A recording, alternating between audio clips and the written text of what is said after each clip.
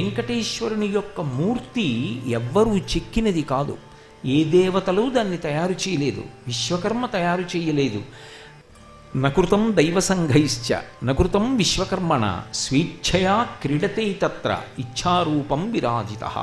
వ్యాసుడు వెంకటేశ్వరుని యొక్క మూర్తి గురించి చెప్పినటువంటి మాట అది. నకృతం దైవసంఘైశ్చ, దాన్ని దేవతల యొక్క సమూహములు తయారు చెయ్యలేదు. నకృతం విశ్వకర్మణ, ఆయన యొక్క మూర్తిని విశ్వకర్మ తయారు చెయ్యలేదు. స్వేచ్ఛయా క్రీడతే తత్ర, ఆయన అక్కడ మూర్తిగా నిలబడ్డాడని చెప్పి ఆనందనిలయ విమానంలోనే వెంకటేశ్వర స్వామి ఉన్నారని మీరు అనుకుంటే పొరపాటు. స్వేచ్ఛయా క్రీడతే, ఆయన ఇష్టమొచ్చినట్టుగా ఆయన ఆడుకుంటూ ఉంటాడు ఆ కొండ మీద.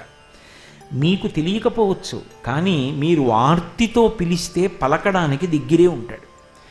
అందుకే మీరు ఇప్పటికీ చూడండి, ఏడుకొండల మీద కొద్ది రోజుల క్రితం పుట్టినటువంటి పసిపిల్లల దగ్గర నుంచి పరమ వృద్ధులైనటువంటి వాళ్ళ వరకు అందరూ కొండ మీదకి వెడతారు.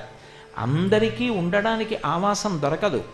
అంత చలిలో ఎక్కడ పడితే అక్కడ రహదారుల మీద కూడా పడుకుంటారు.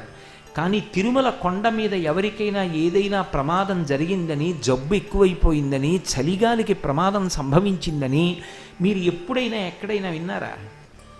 ఉండదు. అది దివ్యశక్తితో కూడుకున్నటువంటి ఆరామం. ఆయన అక్కడ ఎప్పుడూ తిరుగుతూ ఉంటాడు. స్వేచ్ఛయా క్రీడతే తత్ర, ఎవరు పరమ భక్తితో పిలిచారో వాళ్ళ కోసం పరుగు పరుగున బయటికి వస్తాడు. ఒకసారి కాదు, ఎన్ని మాటలు జరిగిందో అది దృష్టాంతం. ఎన్ని మాటలు జరిగిందో.